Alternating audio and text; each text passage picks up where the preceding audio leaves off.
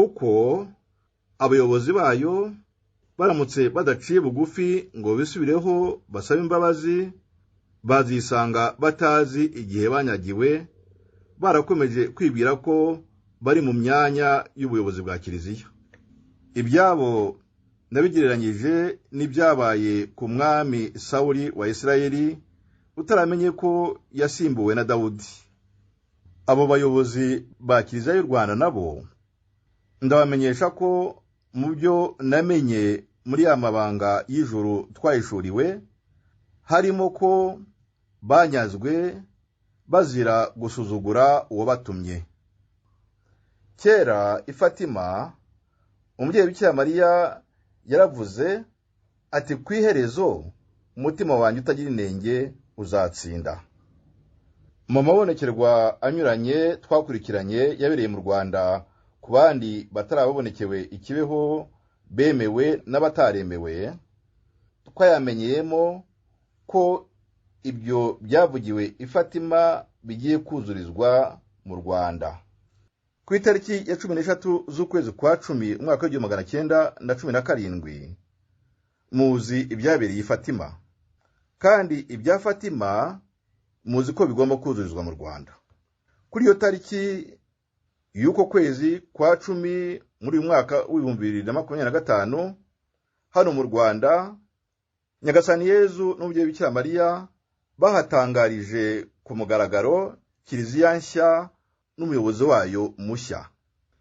If these church authorities do not acknowledge their wrongdoing and ask for forgiveness, they will remain ignorant of when and how they were removed from their positions. I can compare their case to that of King Saul of Israel, who did not know he had been replaced by David.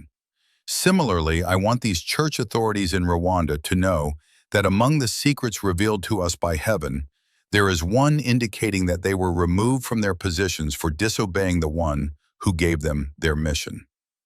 Long ago at Fatima, the Virgin Mary said this, "In the end, my immaculate heart will conquer."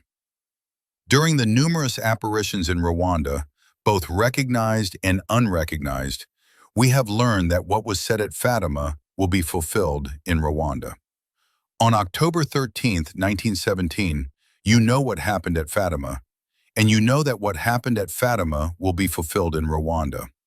On this same date in October of this year, 2025, here in Rwanda, our Lord Jesus and his mother, the Virgin Mary, publicly declared a new church and its new leader. Hashize imyaka myinshi, hari mu mwaka w'2000, murumva ko hashize imyaka 25, nagize inzozi zantangaje. Muri izo nzozi nabonyemo utugabo twinshi cyane, utugabo tugufi tw'ibikara tunanutse twambaye amakositime y'ibikara, tukava i Kigali mu Rwanda tugakwira isi yose. Ni nkaho hari umuntu wicaye i Kigali akajya adusunikira mu mpande zose z'isi. Nuko muri izo nzozi nza kumvishwa ko ngo utwo tugabo ari amashitani. Mu myaka ikurikiyeho, maze kubona amabi n'amarorerwa ubutegetsi bwa FPR inkotanyi bukora mu Rwanda, mu karere yewe no ku isi, nahise numva koko ko buriya butegetsi bwa FPR inkotanyi ari indiri y'amashitani. Icyambabaje ariko kandi kikanira agahinda ni ukubona abayobozi benshi ba Kiliziya hafi ya bose bashimagiza, baramya kandi bagakorera buriya butegetsi bwa FPR. None watangara wibaza ku myifatire y'abayobozi ba Kiliziya mu Rwanda. None waba uryama mu buriri bumwe na shitani, ukagira imbaraga n'ubushobozi bwo kumva ijwi rya Roho Mutagatifu? Ntibishoboka. Waba uri mu biganza bya shitani, ukagira imbaraga n'ububasha bwo kumva cyangwa se kumvira Roho Mutagatifu? Oya, ntibishoboka. ibyo kandi kubyumva ntibigomba kuba warize teoloji. Umuntu wese ushyira mu gaciro arabyumva, arabibona. Mu myumvire yanjye shushanya kiliziya yo mu Rwanda inyuma ya FPR, numvaga ko hari abayobozi ba kiliziya imbere y'Abanyarwanda bazaba bamaze kugira ubwigenge mu bitekerezo no mu magambo. Hari abayobozi ba kiliziya batazashobora gusobanura no guhangana n'amabi n'amarorerwa bakoreye Abanyarwanda. Harimo abazahitamo kwiyahura, abandi bagahitamo gukurikira FPR. Yewe hari n'abandi abakristo ubwabo bazasezerera. Nguko uko numvaga kiliziya yo mu Rwanda nyuma ya FPR. Ariko rero mu minsi ishize hari ibintu numvise bintera kwibaza. Mu ijwi ry'umugabo witwa Dominiko Makeri numvise ngo abayobozi ba kiliziya ku isi yose, ariko ngo cyane cyane abo mu Rwanda, barenze umurongo utukura imbere y'ijuru mu gihe bangaga kumvira uwabatumye. Niyo mpamvu ngo Yezu n'umubyeyi we Bikira Mariya bafashe icyemezo cyo kubanyaga bakabasimbuza abandi. Ni nka KUDETA. Niba ari byo rero, Yezu na Bikira Mariya ndabashyigikiye.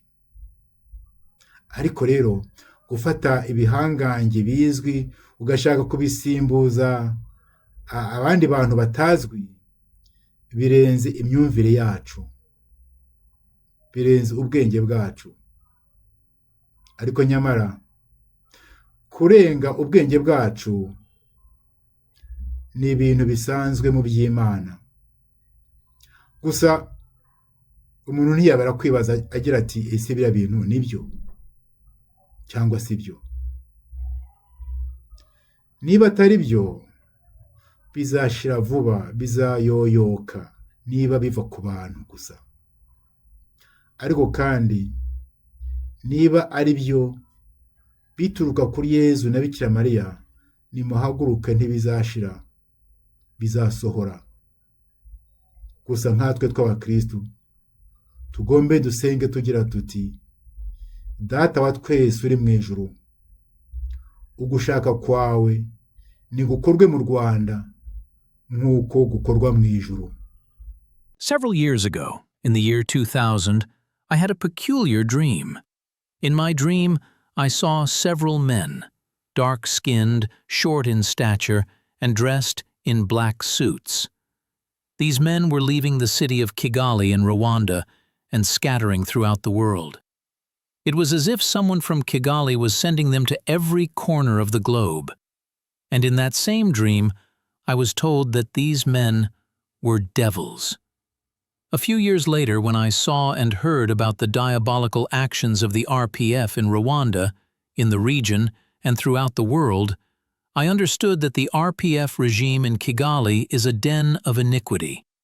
But what saddened me greatly was seeing almost all the church authorities in Rwanda spending their time praising the RPF regime and serving its interests.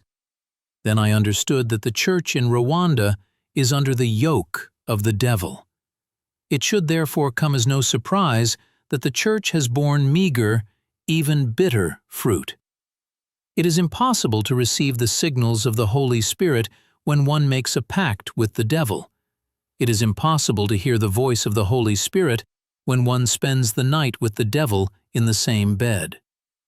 One doesn't need to be a theologian to understand this, only common sense. In my understanding, in my personal spiritual analysis, I saw that many church leaders in Rwanda would not be able to resist or survive the post-RPF period. Faced with Rwandans now free to speak and think, it will be difficult for these church authorities to explain themselves or the harm they have done to the nation. Some will prefer to commit suicide or leave with the RPF. Others will simply be driven out by their own Christians. However, recently I heard from Dominique McKelly that heaven's patience has run out, that Jesus and his mother, the Virgin Mary, have already staged a kind of coup within the Church, deposing the well-known former leaders and replacing them with new, unknown ones. According to Dominique McKelly, these are secrets received from heaven during the 40 years of the Kibeho apparitions by visionaries both recognized and unrecognized by the Church. Considering what I have seen and heard about the current Church authorities, I can only support the actions of Jesus and his mother. But the question remains, how far can we believe in these revelations? I have a position on this. If these revelations are merely fabrications by traumatized individuals, they will disappear on their own. On the other hand, if they truly come from the Virgin Mary and her son Jesus, no one will stop them.